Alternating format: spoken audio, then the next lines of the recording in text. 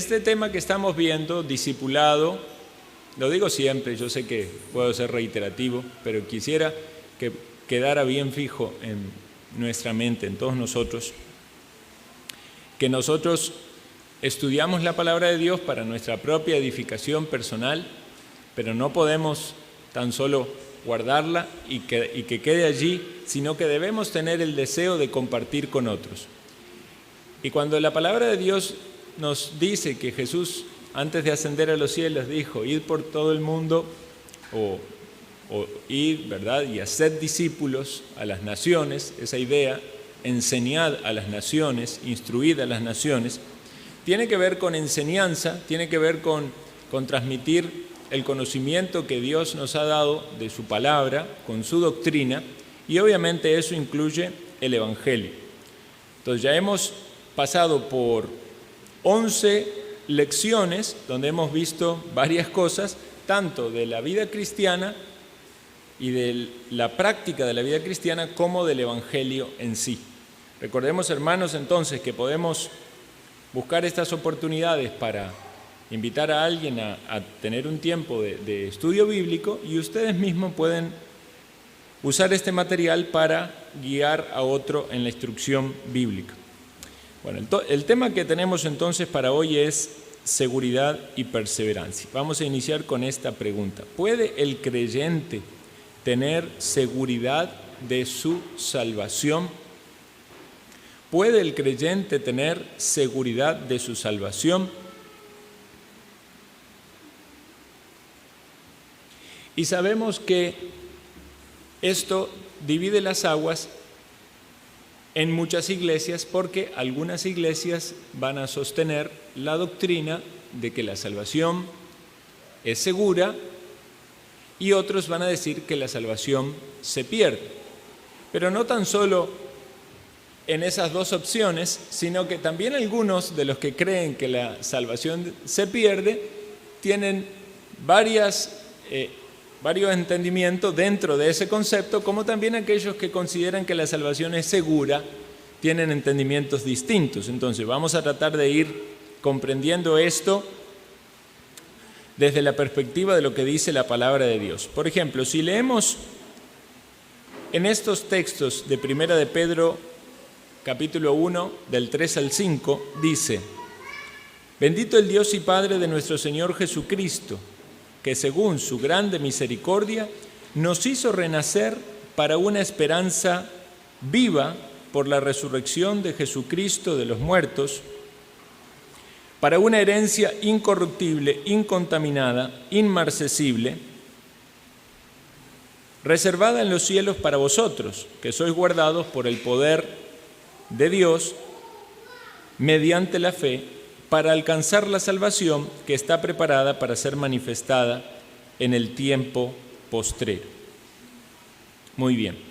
Bueno, entonces vemos en ese texto, en la carta de Pedro, que él está exaltando a Dios por esa obra que hizo en los corazones de los creyentes, nos hizo renacer, una esperanza viva, que dice que tenemos una herencia que está reservada, ¿en dónde? En los cielos, para nosotros, los creyentes, y que somos guardados por el poder de Dios, mediante la fe, para alcanzar esa salvación, es decir, llegar a ese momento, cuando estemos en el cielo, algo que ha de ser manifestado en el tiempo postrero. Ahora entendemos que la salvación, en un sentido, ya es dada a todo aquel que cree, como dice Juan 3:16, sin embargo, eso va a ser también manifestado de forma completa cuando ya estemos en el cielo. Entonces, este texto nos hace ver que el apóstol Pedro está transmitiendo a los lectores, al auditorio de él, por así decirlo, esta seguridad que ellos tienen acerca de lo que Dios hizo. Fue Dios el que los hizo renacer. Es Dios el que les da una herencia, es Dios el que guarda esa herencia, está reservada, es Dios el que los guarda a ellos, ¿verdad?, para que alcancen esa salvación. Sin embargo, algunos van aún a dudar de textos como este, si van a decir, bueno, pero ves, eso depende de la fe. Depende de la fe, porque si la persona entonces no tiene fe, entonces de ahí pierde la salvación. Vamos a ver otros textos más. Lucas 23, 43, cuando Jesús estaba allí en la cruz y al lado de él estaba uno de los ladrones que manifestó confianza en él, fe en él. Le dijo, acuérdate de mí cuando vengas en tu reino. Jesús le dijo, de cierto te digo que hoy estarás conmigo en el paraíso. ¿Podía este ladrón tener seguridad de su salvación? Pareciera ser que sí. Jesús mismo no le da ninguna duda acerca de eso. En 1 de Juan 3:2 dice, amados, ahora somos hijos de Dios y aún no se ha manifestado lo que hemos de ser. Justamente hoy lo leíamos. Pero sabemos que cuando Él se manifieste seremos semejantes a Él porque le veremos tal como Él es. ¿A quién le escribe Juan esta carta? A aquellos que son creyentes, obviamente, que son hijos de Dios, y les dice que cuando Dios se manifieste le van a ver y van a ser como Él, obviamente es referencia a la manifestación de Jesucristo en su segunda venida, y está transmitiendo esta seguridad de que ellos van a estar con Él. Van a ser semejantes a Él. Eso de ningún modo podría implicar la condenación de esas personas. Entonces, vemos en la Biblia que Dios asegura la salvación de su pueblo. Leamos este texto en Romanos 8, 29 al 30. Dice, porque a los que antes conoció también los predestinó para que fuesen hechos conforme a la imagen de su Hijo, para que Él sea el primogénito entre muchos hermanos. Y a los que predestinó, a estos también llamó, y a los que llamó, a estos también justificó, y a los que justificó, a estos también glorificó. Y ya hemos hablado de este texto varias veces, pero una vez más, esta cadena de eslabones de oro, donde dice que el Señor predestinó a los que habían de ser salvos, y obviamente esa es la obra que Dios hace. A los salvos los transforma a la imagen de su Hijo, de Jesucristo, y dice que a los que predestinó los llama por el Evangelio, no un llamado tan solo general, sino un llamado efectivo, y a los que los llama y creen los justifica, es decir, son declarados justos delante del trono de Dios, no son acusados de todas las maldades que han cometido, que hemos cometido, sino que somos vistos a la luz de la justicia de Cristo, porque nuestro pecado fue imputado a Cristo y porque Cristo nos da de su justicia. Y esos que son justificados son glorificados. Obviamente aquí está todo en tiempo futuro, pero tiene que ver con esta seguridad que hay. Siempre el grupo es el mismo, a estos, a estos, a estos, a estos. Las 4 oportunidades, predestinados, llamados, justificados, glorificados. Entonces, la salvación que Dios concede es segura. Y la doctrina de la elección o predestinación, lejos de ser, como algunos piensan, un motivo de inseguridad, es un motivo de seguridad. Porque precisamente aquellos a quienes Dios escogió han de ser salvos, de ningún modo se van a perder. Siempre entendemos esto, ¿verdad? Lo estamos viendo desde la perspectiva de Dios. Luego vamos a pasar a poder asimilar eso en la experiencia humana, pero si lo vemos desde la perspectiva divina, soberana, Dios escogió, dice Efesios, según nos escogió Él antes de la fundación del mundo, es decir, no habíamos sido creados, no existíamos. ¿Y para qué nos escogió? Para que fuésemos santos y sin manchas delante de Él, en amor habiéndonos predestinados, la misma palabra nos marcó ese destino, que es ser adoptados hijos suyos por medio de Jesucristo, según el puro afecto de su voluntad para alabanza de su gloria, con la cual nos hizo aceptos en el amado. Es decir, fuimos predestinados para la salvación, pero también está predestinado el medio por el cual hemos de ser salvos, que era la muerte de Jesucristo, y el medio por el cual recibimos esa salvación, que es la fe. Entonces, nunca la doctrina de la elección o de la predestinación debe ser una manera de querer decir de que el hombre no debe arrepentirse de sus pecados ni creer. Más bien ese medio por el cual han de ser salvos también está predeterminado. Ahora bien, nuestro conocimiento de la palabra de Dios y nuestro entendimiento de la palabra de Dios en nuestra experiencia diaria puede afectar nuestra seguridad de salvación. Por eso cuando Juan escribe a las iglesias esta carta, les dice al final: estas cosas os he escrito a vosotros, que creéis en el nombre del Hijo de Dios, para que sepáis que tenéis vida eterna, y para que creáis en el nombre del Hijo de Dios. ¿Qué era lo que ellos tenían que saber? Que tenían vida eterna. ¿Quiénes? Los que creían en el nombre del Hijo de Dios.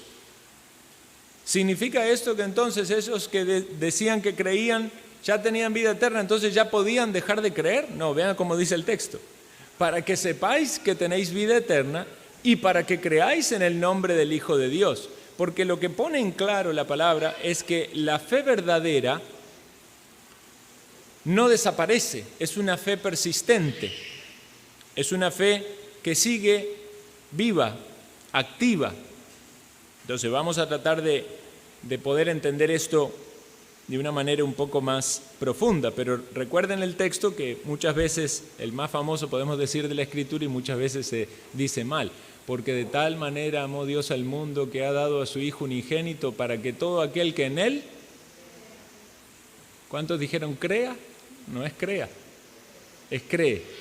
¿Por qué? Porque no es algo que hace una sola vez, cree, ¿verdad? Y sigue creyendo.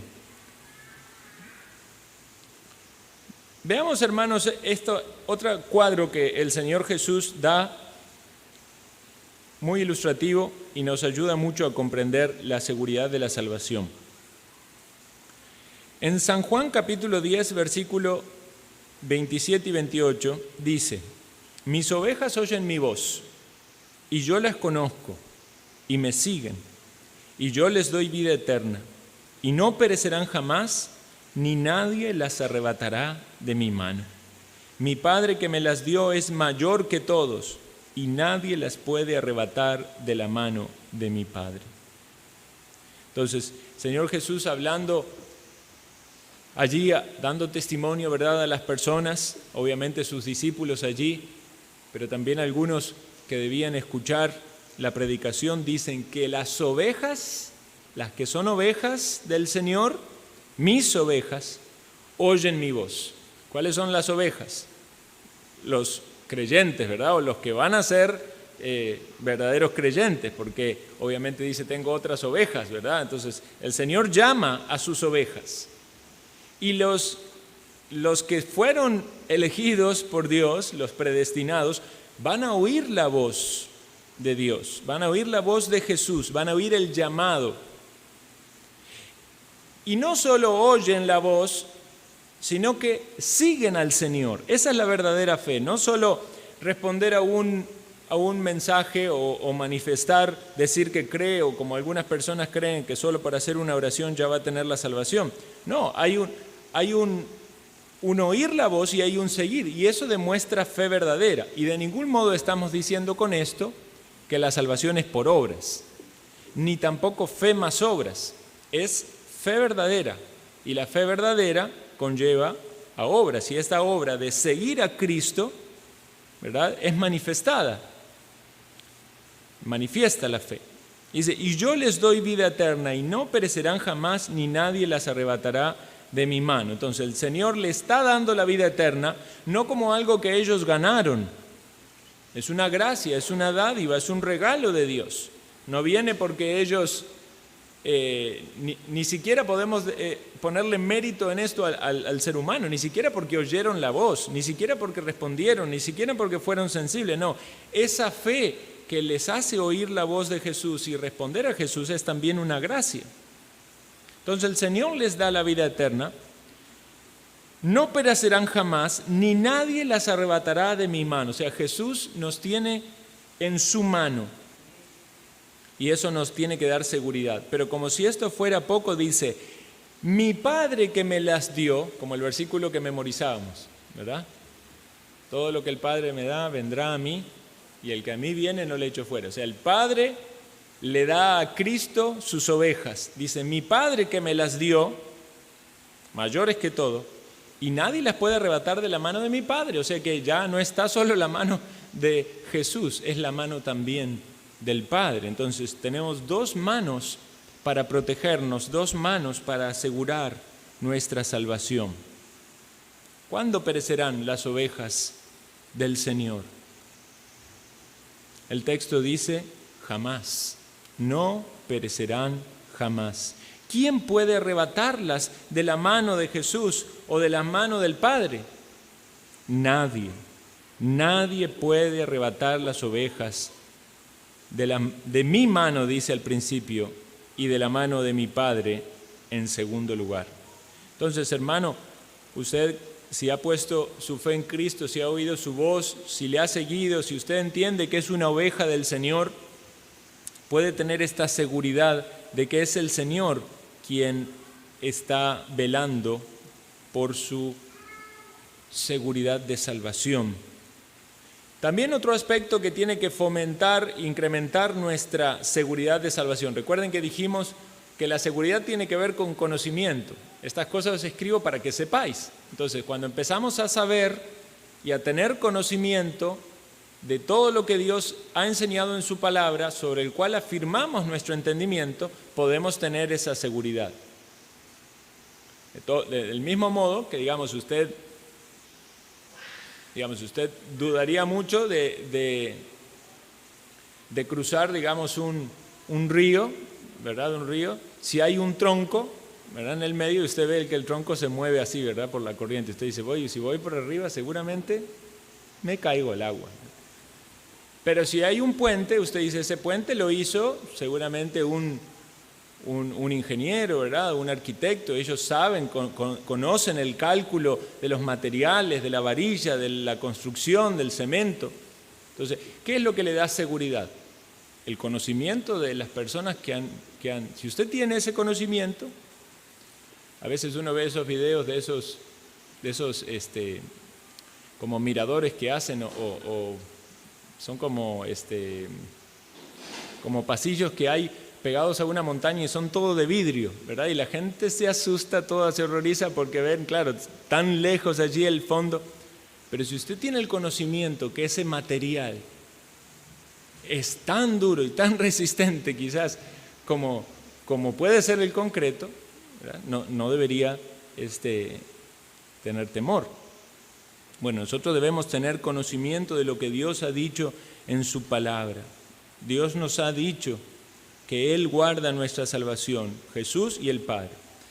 Otro aspecto importante es el sacerdocio de Cristo, porque el Señor Jesucristo no nos da la salvación como si ésta fuera un objeto. Es decir, viene usted a Cristo y dice, bueno, tome, aquí está la salvación, cuídela, chao, y se va.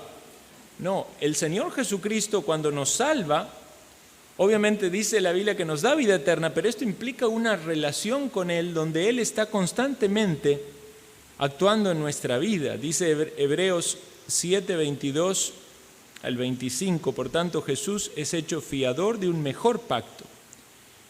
Un pacto siempre tiene que ver con relación, la relación entre Dios y el hombre. Y los otros sacerdotes llegaron a ser muchos debido a que por la muerte no podían continuar. Mas por cuanto permanece para siempre, tiene un sacerdocio inmutable. Es decir, tenemos a Cristo como sacerdote para siempre. Vea cómo sigue el texto. Por lo cual puede también salvar perpetuamente a los que por Él se acercan a Dios, viviendo siempre para interceder por ellos. Cuando alguien duda de la seguridad de la salvación,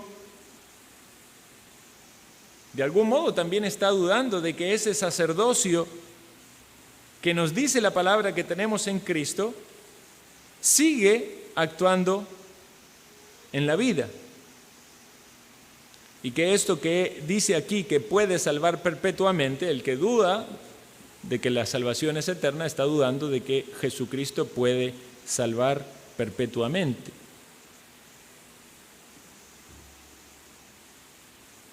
Ahora bien, no es tan fácil que la persona diga, bueno, sí, ya está, vemos aquí la evidencia en la palabra de Dios, entonces salvo, siempre salvo. Porque también aquí puede haber alguna confusión, alguna trampa, ¿verdad?, para nuestro entendimiento.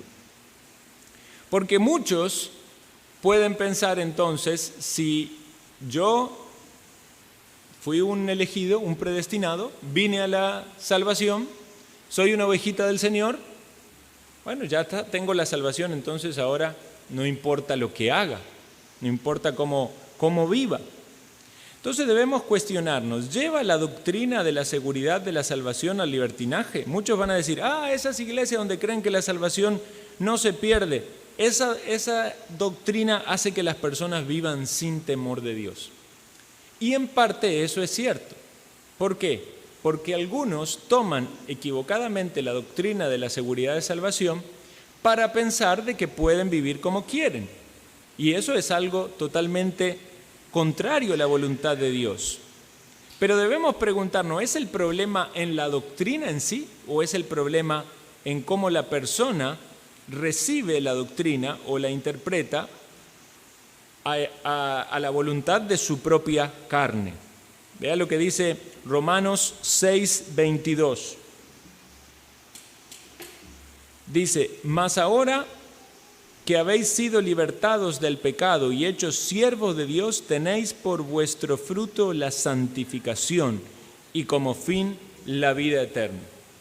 O sea, querer utilizar esta doctrina de la seguridad de salvación como un justificativo para nuestra mala conducta, no solamente es algo contrario a la enseñanza de la palabra de Dios, sino también que es algo muy desagradable, muy aberrante a los ojos de Dios. Pensemos que Él nos ha concedido la libertad del pecado, que nos ha hecho siervos suyos y nuestro fruto es la santificación. Ahora bien, la santificación es una obra sinérgica, donde Dios obra así en nosotros, Él pone el querer como el hacer, pero eso no nos va a llevar a nosotros a ser pasivos.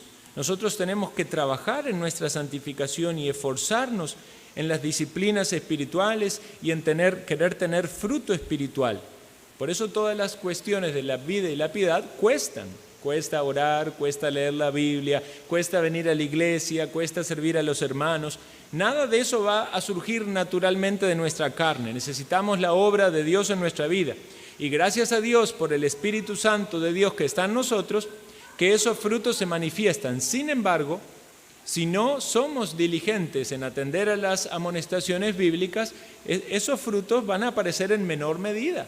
Y vamos a ir cayendo en pecados y eso va a debilitar nuestra fe. Y el debilitamiento de nuestra fe va a llevarnos indudablemente a la inseguridad de la salvación.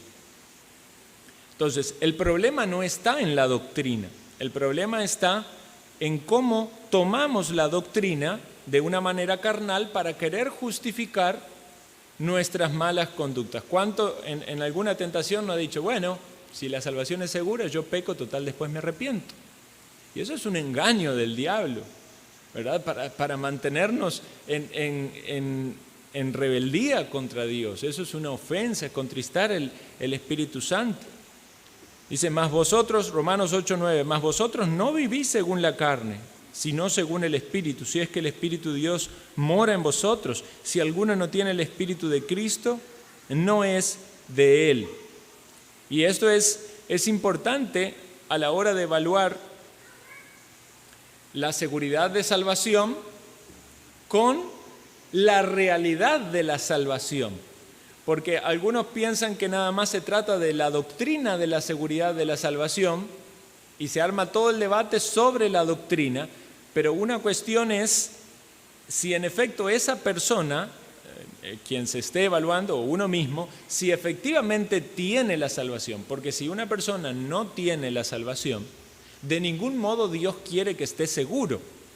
Más bien, Dios quiere que esté seguro de que no la tiene y de que debe proceder al arrepentimiento y convertirse. Entonces, el problema no solamente está en aquel que es creyente y lucha con la inseguridad de salvación, sino también de aquel que se cree creyente.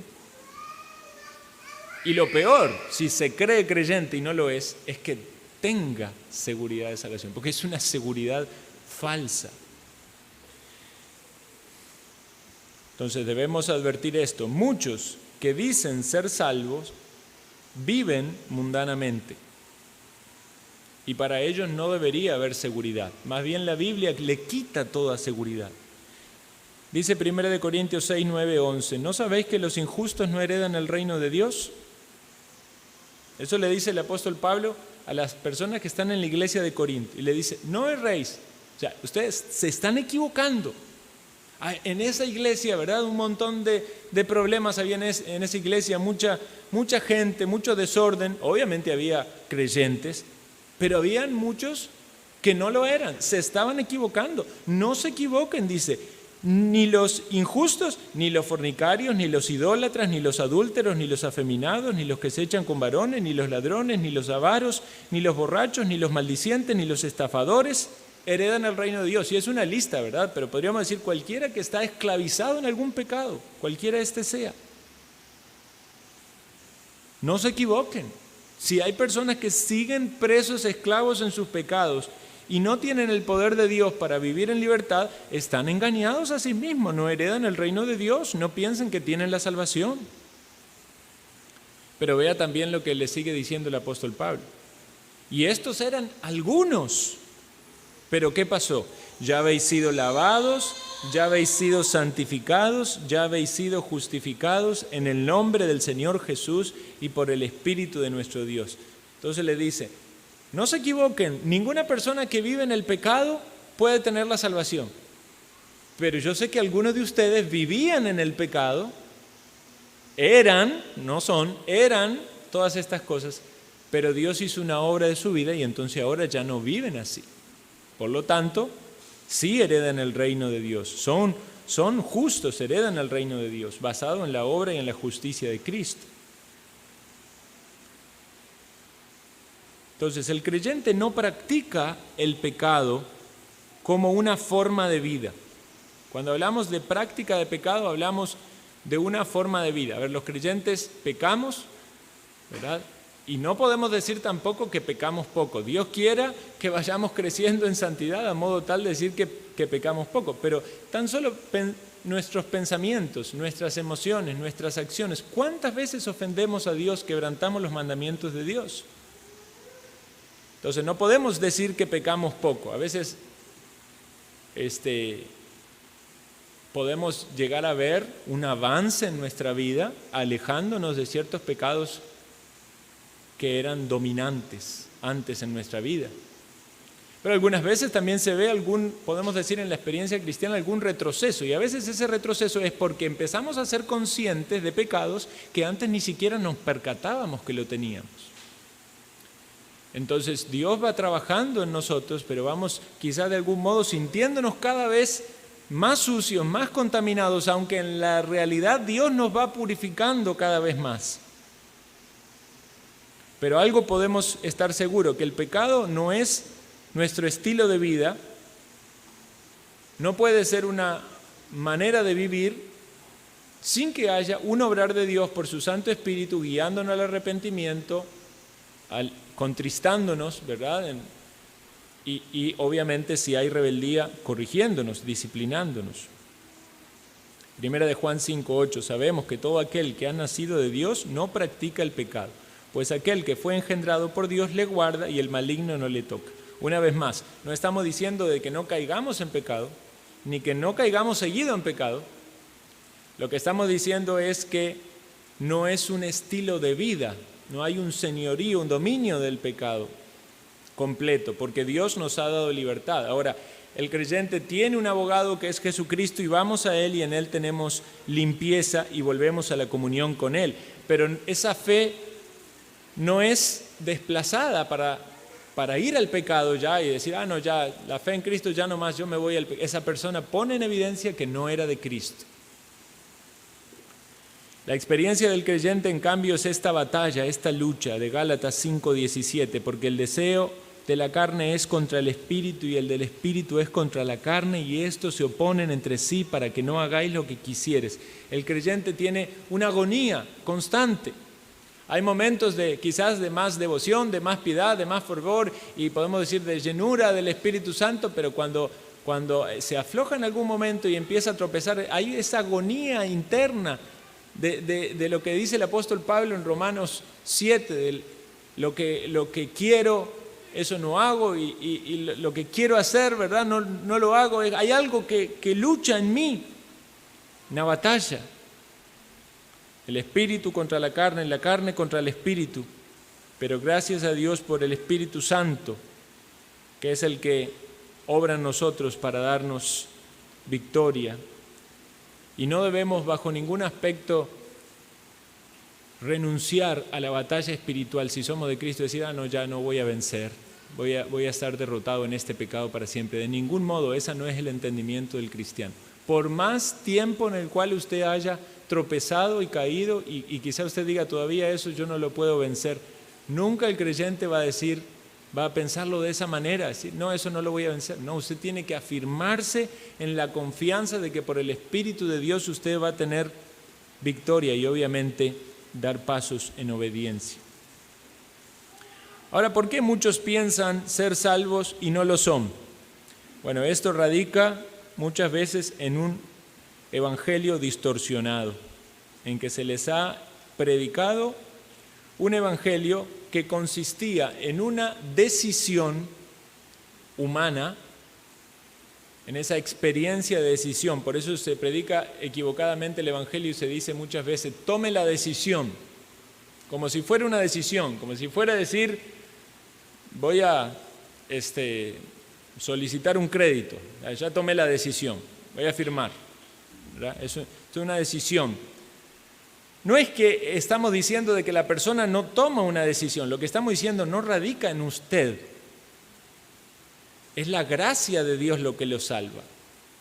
Es Dios que lo llama. Es Dios que le da el perdón, la vida eterna. Es Dios que le da la fe para que usted se apropie de eso. Entonces tenemos que ver no tan solo mi decisión como si fuese algo propio mío, sino tenemos que ver la gracia de Dios trayéndonos, arrastrándonos a Cristo y concediéndonos todo lo que necesitamos. Romanos 9:16 dice, así que no depende del que quiere ni del que corre, sino de Dios que tiene misericordia. Debemos entender esto. Si no fuera por la gracia de Dios, nadie vendría a Cristo. Si no fuera que Dios te da luz a aquellos que llama, a los que Él predestinó, les abre los ojos, nadie podría tomar la decisión, nadie podría arrepentirse de sus pecados, nadie podría tener fe en Él. Entonces, exaltemos la misericordia de Dios en nuestra salvación.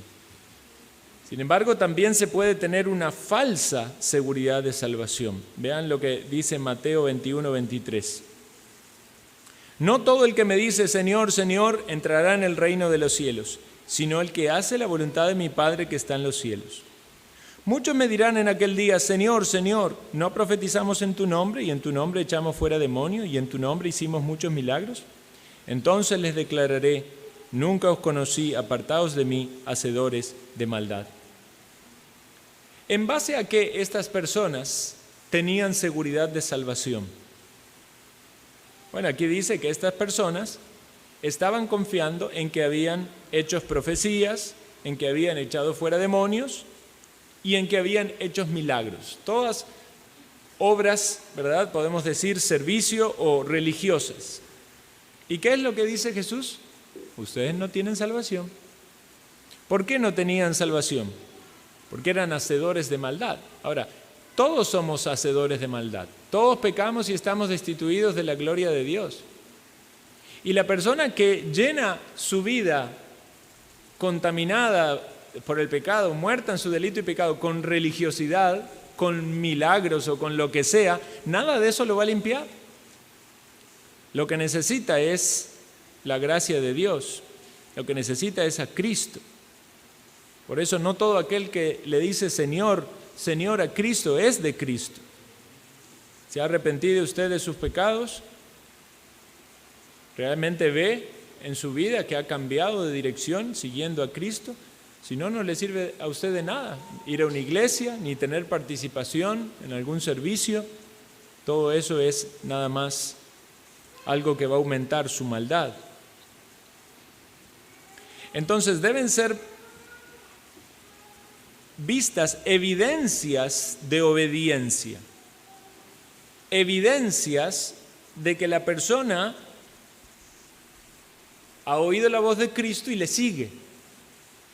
Una vez más, no como un mérito para obtener la salvación, sino como una evidencia de que Dios ha hecho una obra.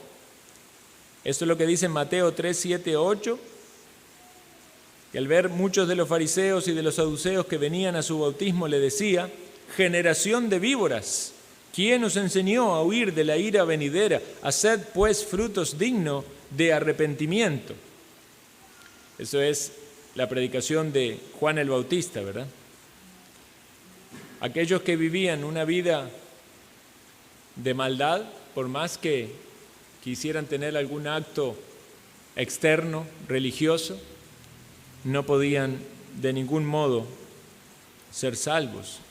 Debían demostrar que estaban arrepentidos. Primera de Juan 2:3, y en esto sabemos que nosotros le conocemos, si guardamos sus mandamientos. Entonces, así como dijimos que era realidad de que el creyente peca, también esto es una realidad. El creyente verdadero guarda sus mandamientos. Y hay una conciencia de esa obediencia a Dios, lo cual antes no era quizás ni siquiera por Dios mismo, ¿verdad? Las personas hacían quizás cosas porque así fueran instruidos, por su cultura, por su renombre, pero el creyente hace muchas cosas porque sabe que eso es obedecer los mandamientos de Dios. Primera de Juan 3:24, el que guarda sus mandamientos permanece en Dios y Dios en él. Filipenses 2:13, porque Dios es el que en vosotros produce así el querer como el hacer por su buena voluntad. Y Romanos 8:16, el Espíritu mismo da testimonio a nuestro espíritu de que somos hijos de Dios. ¿Cómo es que el Espíritu da testimonio a nuestro espíritu de que somos hijos de Dios? ¿Es esta una experiencia emocional o algo así místico? No, nos da testimonio de que somos hijos de Dios porque en Él hallamos el poder para vencer el pecado, que antes de ser creyente no lo hallábamos porque no teníamos el Espíritu de Dios. Pero el Espíritu de Dios mora en el creyente, entonces ahora tenemos a Dios de nuestro lado. Jesús venció en la cruz el pecado, resucitó, nosotros vivimos una nueva vida, el Espíritu de Dios está en nosotros y por su poder nosotros podemos entonces vencer, podemos batallar. Vean más evidencia del arrepentimiento, no solo evidencia de obediencia, sino evidencia de arrepentimiento. Porque aún el creyente, aunque es obediente, también peca. Y entonces es ahí donde se necesita ver la evidencia del arrepentimiento. Dice 2 Corintios 7:9, ahora me gozo, no porque hayáis sido contristados, sino porque fuisteis contristados para arrepentimiento. Porque habéis sido contristados según Dios, para que ninguna pérdida padecieseis por nuestra parte. Porque la tristeza que es según Dios produce arrepentimiento para salvación, de que no hay que arrepentirse, pero la tristeza del mundo produce muerte. Entonces, cuando hay tristeza por el pecado, pero porque este pecado ofende a Dios, porque yo entiendo que Cristo me ha salvado y yo no puedo vivir haciendo las cosas que a Dios le agrada, porque yo he creído en Él, Él es mi Salvador. Entonces hay tristeza en mi corazón. Y esa tristeza ¿verdad? Como este fruto de una verdadera fe, de una confianza en el Señor, ¿verdad? No es una tristeza por las consecuencias del pecado, sino es la tristeza por haber ofendido a Dios. Esa tristeza o ese arrepentimiento tiene que ver con la obra de salvación en nosotros. ¿Ha experimentado usted ese tipo de arrepentimiento? ¿Se ha sentido triste por su pecado, por haber ofendido a Dios? Como ese dolor de la ingratitud, de hacer aquello contrario a la voluntad de Cristo, siendo que Cristo vino a morir por nuestros pecados. Y uno dice, ¿cómo yo puedo hacer eso siendo que Jesús vino a morir por mis pecados?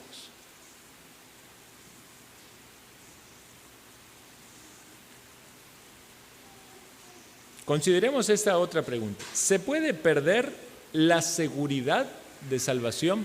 No estamos hablando ahora de la salvación en sí mismo, sino de la seguridad. Porque dejamos entonces asentado que la Biblia nos enseña que sí podemos tener seguridad si tenemos la salvación efectivamente. Pero ¿se puede perder esa seguridad? Bueno, nuestra confesión de fe lo dice de una manera muy clara. Dice, la seguridad de la salvación de los verdaderos creyentes puede ser zarandeada, disminuida e interrumpida de diversas maneras. Y aquí aparecen las maneras. Por negligencia en conservarla. No es conservar la salvación, que se entienda, no es, porque si uno piensa conservar la salvación es como si dependiera de mí.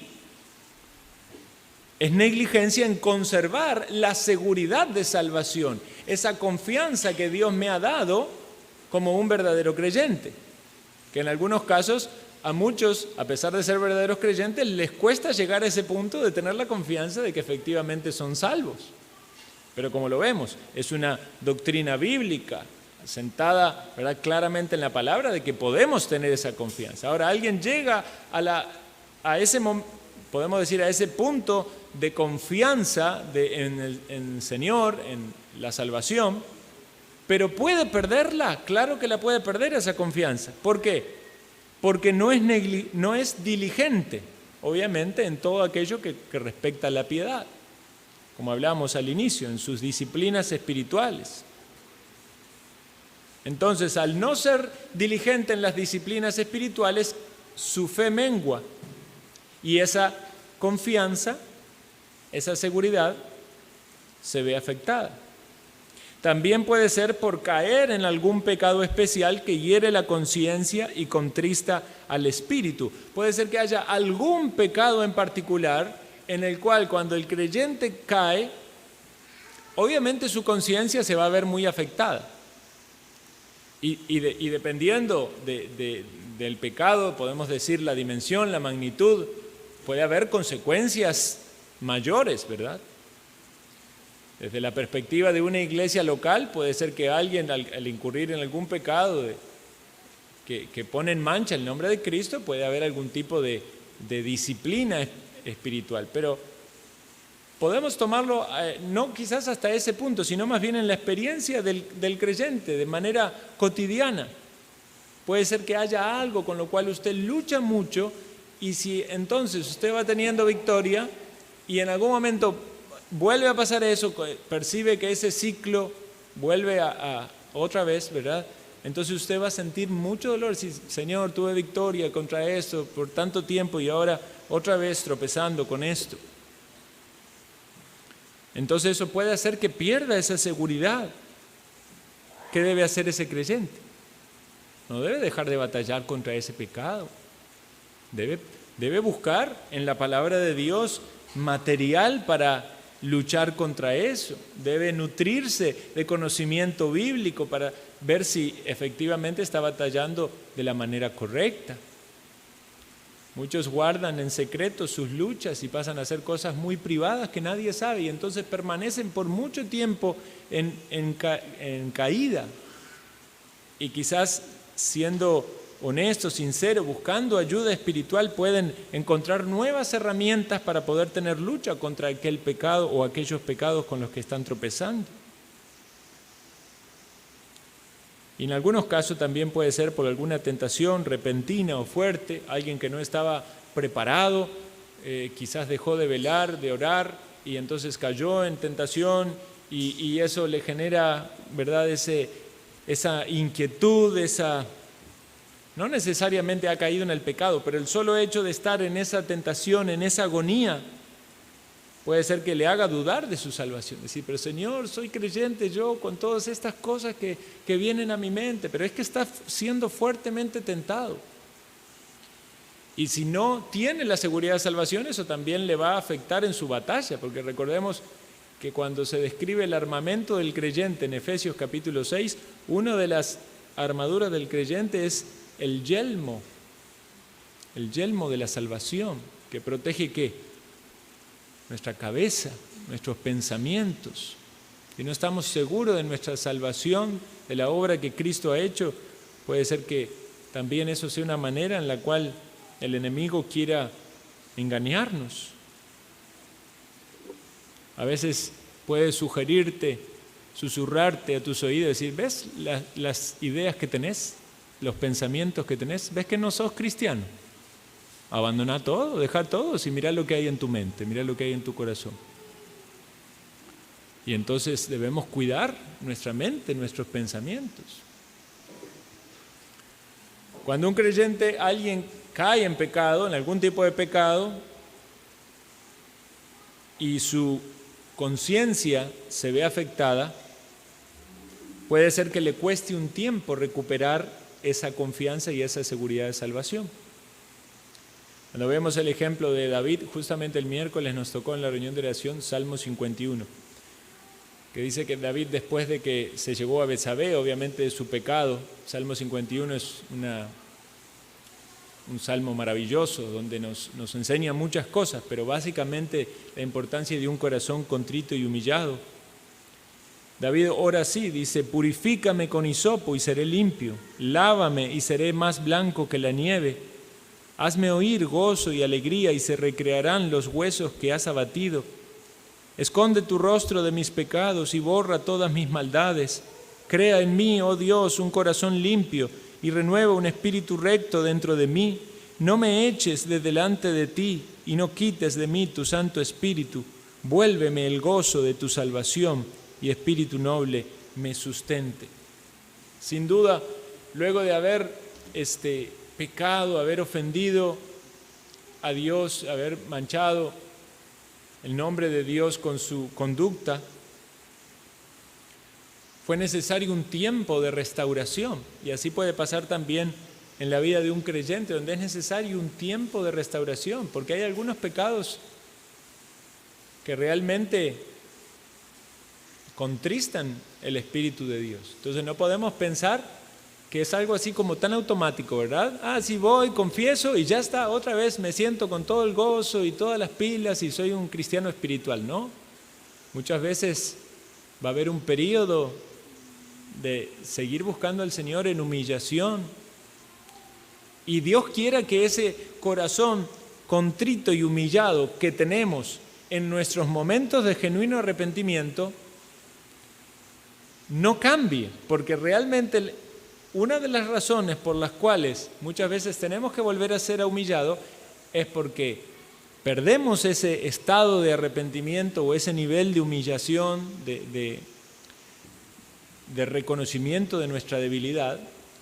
Empieza a crecer nuestro orgullo, nuestro ego, y cuando ya nos sentimos fuertes, otra vez volvemos a abandonar los medios espirituales de las disciplinas espirituales, volvemos a confiar en nosotros mismos, a ser independientes, y entonces otra vez vuelve el ciclo. Estamos más débiles frente a la tentación, estamos más vulnerables, y otra vez el diablo puede aprovechar para tentarnos y nuestra carne puede tropezar. Entonces, que Dios nos guarde en ese grado de humildad, de humillación ante su presencia.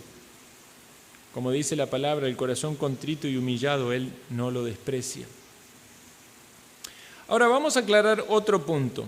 ya dijimos que la Biblia enseña de la seguridad de salvación, pero si alguien no tiene la salvación no debería estar seguro, más bien debería dudar y correr a buscar la realidad en su vida.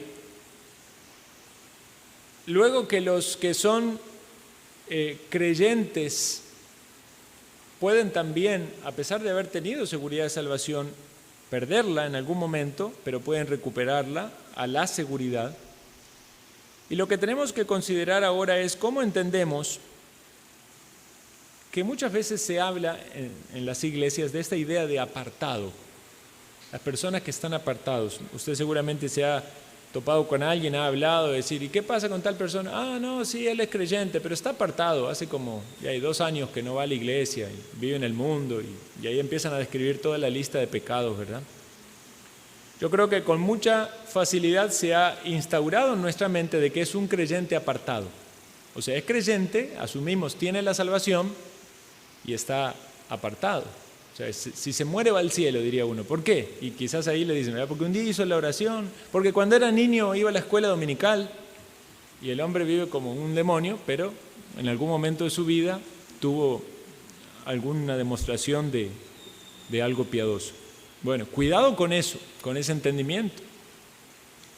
1 Timoteo 4:1 dice, pero el Espíritu dice claramente que en los postreros tiempos algunos apostatarán de la fe, escuchando a espíritus engañadores y a doctrinas de demonios. Obviamente aquí el énfasis está en los falsos maestros, pero esta idea de apostatar, es decir, de abandonar y negar, pone en evidencia que esa persona que decía ser de Cristo ya no lo es más. No porque fuese un creyente que perdió la salvación, porque nunca fue un verdadero creyente. Y eso lo explica Juan cuando dice, salieron de nosotros, pero no eran de nosotros. ¿Salieron de dónde? De las mismas filas de ese grupo, de esa iglesia local, de esos creyentes, pero no eran verdaderos creyentes. ¿Por qué? Porque si hubiesen sido verdaderos creyentes, habrían permanecido con nosotros, pero salieron para que se manifestase que no todos son de nosotros. No se entienda esto como que cambiar de una iglesia significa no ser creyente. No, estamos diciendo salir de la fe, o sea, alejarse de la fe como algo, no solo lo que se cree, sino lo que se vive. Por eso, cuidado con las personas que se alejan o se distancian completamente de la fe cristiana y rechazan aquellas cosas que han sostenido por mucho tiempo, porque lo que se está poniendo en evidencia es que no eran salvos. Ahora, ¿puede un creyente verdadero apartarse? Bueno, lo vamos a ver más adelante, no me quiero adelantar. Vamos a responder primero esta pregunta. ¿Hablan estos textos de pérdida de salvación?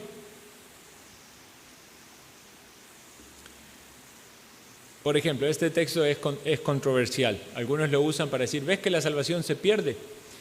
Dice, pero hubo también falsos profetas entre el pueblo, como habrá entre vosotros falsos maestros que introducirán encubiertamente herejías destructoras y aún negarán al Señor que los rescató, atrayendo sobre sí mismo destrucción repentina. Entonces aquí dice alguien, ¿ves? Negarán al Señor que los rescató. Esas personas serán salvos. Bueno, pero eso es ir mucho más allá de lo que dice el texto.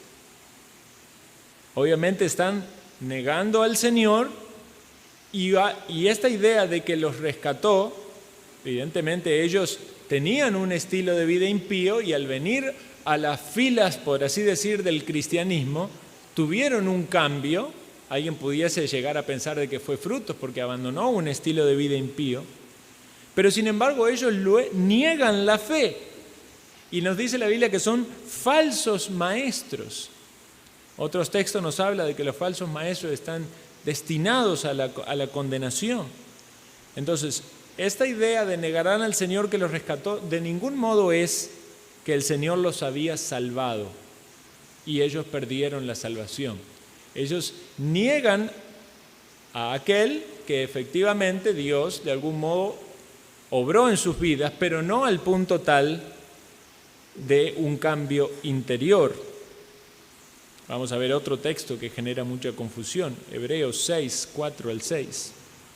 Porque es imposible que los que una vez fueron iluminados y gustaron del don celestial y fueron hechos partícipe del Espíritu Santo y asimismo gustaron de la buena palabra de Dios y de los poderes del siglo venidero y recayeron, sean otra vez renovados para arrepentimiento, crucificando de nuevo para sí mismo al Hijo de Dios y exponiéndole a vituperio. ¿Qué entienden algunos por este texto? Que esas personas que recayeron perdieron la salvación. Bueno, si alguien va a interpretar ese texto de ese modo, ¿verdad? Entonces, no solo es que perdió la salvación, sino también que no la puede recuperar, ¿verdad? Porque ahí dice que es imposible que esas personas sean renovados para arrepentimiento. Ahora, debemos comprender que todas estas descripciones que aparecen allí, fueron iluminados, gustaron del don celestial, fueron hechos partícipe del Espíritu Santo y asimismo gustaron de la palabra de Dios, todas esas expresiones pueden referirse claramente a lo que significa la vida de iglesia y la manifestación de la obra de Dios en la iglesia. O sea, en la iglesia, en el cuerpo de Dios, hay iluminación, hay una percepción del regalo de Dios, del don celestial, hay una obra del Espíritu Santo en el cual todos están participando. Eso no significa que todos los que están en esta iglesia sean salvos, pero todos están percibiendo de esa obra de Dios en su iglesia. Incluso puede ser hasta que alguien que es impío halle algún grado de satisfacción o deleite en la palabra de Dios. Y a mí muchos que son incrédulos me han dicho qué buen mensaje. Y eso no significa de que tenga vida eterna. Porque el incrédulo está entendiendo el mensaje a su entendimiento, si no hay una obra de gracia de Dios, a su entendimiento corrupto, ¿verdad? Para su propio beneficio, para justificarse en sus pecados, no para honrar a Dios. Entonces, todas estas cosas hacen referencia a aquellos que perteneciendo o estando dentro de la iglesia de Dios, luego rechazan esa fe, rechazan ese estilo de vida, se oponen a Dios. Y entonces dice, para aquellos que apostatan, esa es la idea, apostatar, el que llega al punto tal de apostatar de la fe, esa persona ya no puede tener esperanza. El que apostata de la fe es el que niega la fe, rechaza la fe, cuando ya tuvo una participación en ella, aunque esta ha sido una participación superficial. Bueno, vimos tan solo 2 textos, hay muchos textos más que utilizan algunos para querer defender la idea de que la salvación se pierde. Sin embargo, la salvación no se pierde, es segura. El problema mayor radica en que algunos consideran que esos textos se refieren a alguien que es salvo, pero en realidad se refieren a un falso creyente. La otra pregunta es, ¿se puede apartar un verdadero creyente? Y vamos a leer estos textos. Isaías 55:10. ¿Quién hay entre vosotros que teme a Jehová y oye la voz de su siervo? El que anda en tinieblas y carece de luz, confíe en el nombre de Jehová y apóyese en su Dios.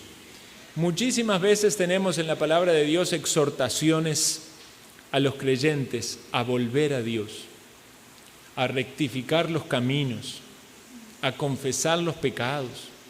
Y entonces, sin duda, un creyente verdadero puede apartarse o puede alejarse, pero lo que sabemos es que aquel que es de Cristo va a ser renovado en el arrepentimiento y no va a perecer lejos del Señor que le salvó. ¿Por qué? Porque irrevocables son los dones y el llamamiento de Dios. Es decir, que los creyentes van a perseverar en su fe. Esto no implica de que nunca van a tener momentos de debilidad o alejarse como bien ahí lo decimos, apartarse por un tiempo, pero obviamente hay una diferencia entre aquel que se aparta porque nunca ha sido de Cristo o apostata de la fe y el creyente que por algún tiempo, por algún periodo está allí en su debilidad y obviamente es necesaria la obra de Dios por medio de la iglesia o por medio de la corrección o disciplina de Dios de manera personal. Entonces, perseverarán los creyentes, al fin los creyentes perseverarán. 2 Timoteo 4:18, y el Señor me librará de toda obra mala y me preservará para su reino celestial. Esto dice el apóstol Pablo. 2 de Pedro 1:10, por lo cual, hermanos, tanto más, procurad hacer firme vuestra vocación y elección, porque haciendo estas cosas no caeréis jamás. Es decir, el creyente va a ser preservado por Dios, pero desde nuestra experiencia el creyente tiene que esforzarse en perseverar. El creyente tiene que trabajar, hacer firme esa vocación y elección. La elección de Dios debe ser manifestada en nuestro actuar con firmeza, requiere nuestro esfuerzo, porque obviamente si somos negligentes vamos a tropezar, vamos a ofender el nombre de Dios. Y vean que esto genera una tensión que es necesaria en el creyente, porque si alguien entonces llega a confiar demasiado, entregándose en esa idea de decir, no, Dios ya me eligió, me salvó, y entonces deja de velar por su propia vida, está tomando la palabra de Dios y la está distorsionando y puede verse engañado. Qué triste sería pensar que en algún momento alguien abandone completamente la fe y luego ahí se dé cuenta de que nunca había sido de Cristo. O sea, debe estar esa tensión de seguir velando, de seguir buscando al Señor. Sí, debemos tener seguridad, pero constantemente viendo nuestra manera de vivir para no caer en un engaño. Último punto. Y si aún no tengo seguridad, ya hablamos mucho de este tema, y alguien puede decir, bueno, quizás algunos de los puntos que se expresaron ya me dan más tranquilidad, pero lucho con mis emociones. En mis emociones aún no tengo seguridad. Bueno, aquí va entonces estas tres sugerencias. En primer lugar, afírmese en el conocimiento bíblico de la doctrina. Recuerde que la fe viene por el oír y el oír por la palabra de Dios. Entonces, no se afirme en lo que otro le ha dicho, ni tan solo tampoco en lo que yo le digo. Tiene que ser una convicción personal de usted en lo que usted ve y lee en la Biblia. Vaya a su casa, evalúe los versículos y tenga una convicción propia de que la salvación es segura. Pero en segundo lugar, trabaje para ver frutos en su obediencia, porque a medida que usted dé pasos en obediencia va a haber mayor confianza para tener esa seguridad. Y en tercer lugar, estreche su relación con Dios. Recordemos que la salvación no es como un boleto para que usted vaya al cielo nada más, no, es una relación con Dios, una relación de pacto con Dios. Oremos aquí y pasamos al receso.